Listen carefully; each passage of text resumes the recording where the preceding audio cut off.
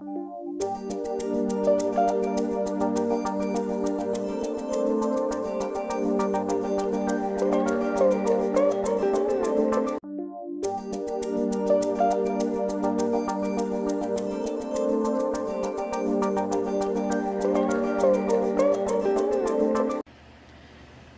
inside the world's worst movie theater, and now I can finally officially say, welcome to the halfway point of my top 30 worst movies of all time. And boy, are we starting this off with a doozy. And here we have a superhero forquel that I would argue is even worse than Batman and Robin, and maybe Fantastic Four if you include the Roger Corman movie in the 90s. Four Stick, I should say, the 2015 one. But anyway, number 15 on my list of the worst movies I've ever seen. 1987, Superman 4, The Quest for Peace.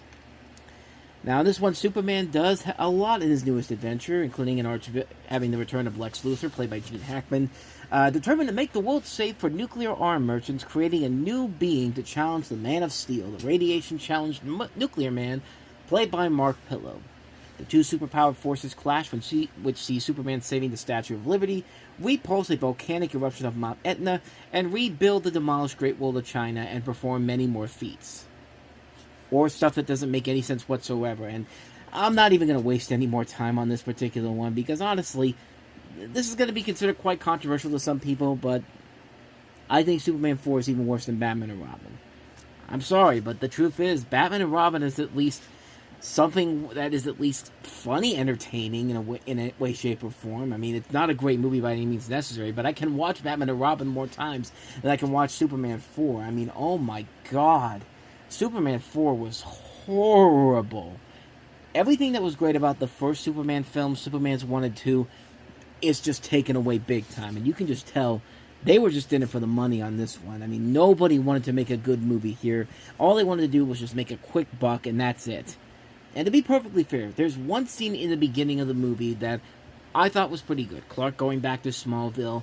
It's a nicely done scene. It's the one lone thing about the movie that I will give it credit for, because after that happens, it's all downhill from there. So where do you even begin with this? Well, let's start off with the effects, because remember how great the first Superman movie did a good job of making you believe that a man can fly, and the great effects they had in that film, and that was in 1978. Now, 9 years later, we have this. The effects in this movie are so atrocious. I talked about in Superman 3 how there was one scene where you can see Superman's string hanging out in one of the scenes when he's about to fly away, and it really does take you out of the movie. That was one scene, and here, it's everywhere. I mean, you could seriously see people holding on to strings as they're being thrown into the air. Not to mention that scene where Superman and Lois are flying in the air, and it's literally, you look at it and you can definitely tell that Lois is really falling from there. Yeah, I smell BS on that one. But yeah, there's just so many bad effects in this movie that's all over the place that would take me way too long to cover.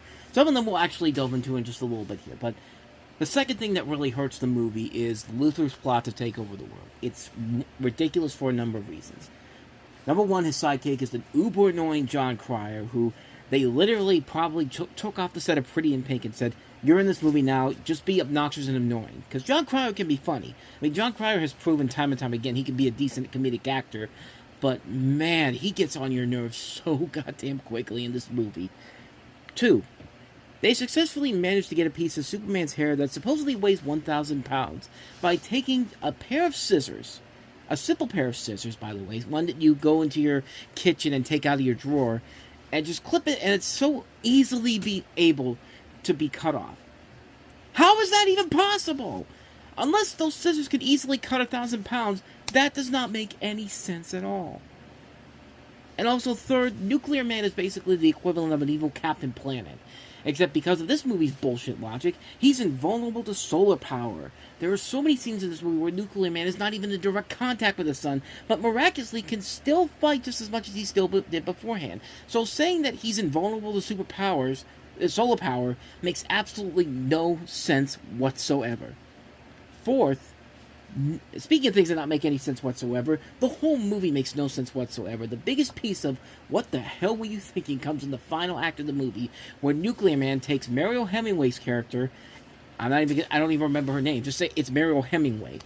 But he takes her into space.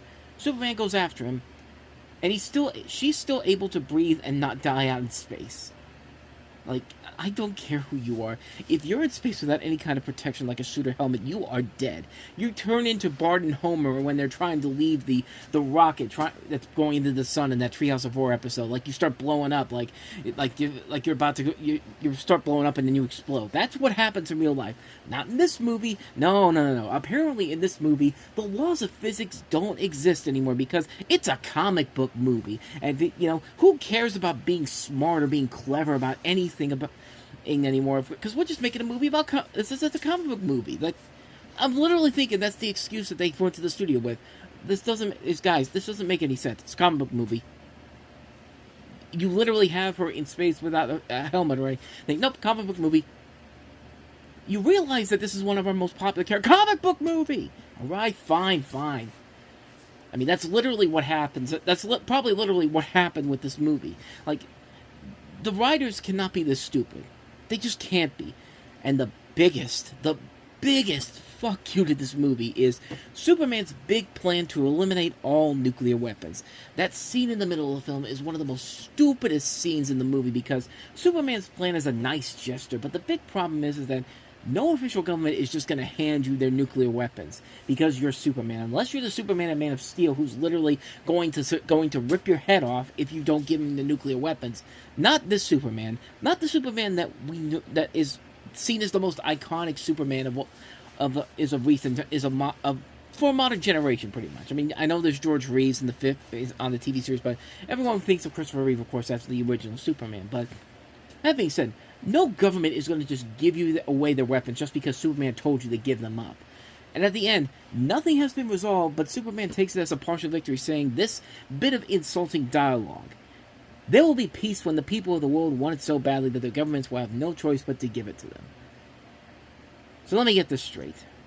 Superman is saying that there will be no peace on the planet unless we ask for it so much that the government has to do it. Again, a nice gesture, but Superman, here's another problem with that. You're basically telling people to be loud and obnoxious until someone does what they want. Way to go, Superman. You just told people it's okay to be dicks in order to get what you want. I mean, everything I just talked about is why this is worse than Batman and Robin. Because, like I said, Batman and Robin isn't trying to deliver some important message to people. It's just trying to be silly, fun, popcorn, summer entertainment. But in Superman 4, it's trying to tack on an important message and issue like nuclear weapons. At the same time, throws these bullshit scenes that make no sense whatsoever. And then just to throw on a tacked-on message about how world peace won't exist until you pester the government to do it. That's why Quest for Peace is not only one of the worst superhero movies ever made, it's one of the worst movies ever made. You really think Batman and Robin is the worst DC movie ever made? Just watch Superman 4 again. I dare you. Trust me when I tell you this.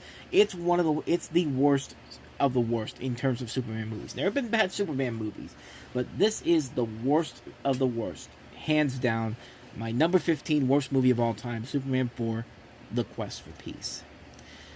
So we roll along next week with number 14 on the list, and if you want to hear what I had to say about number 16, which was North, go ahead and check out the video I had before, and then check out the playlist below. I'll see you guys next week.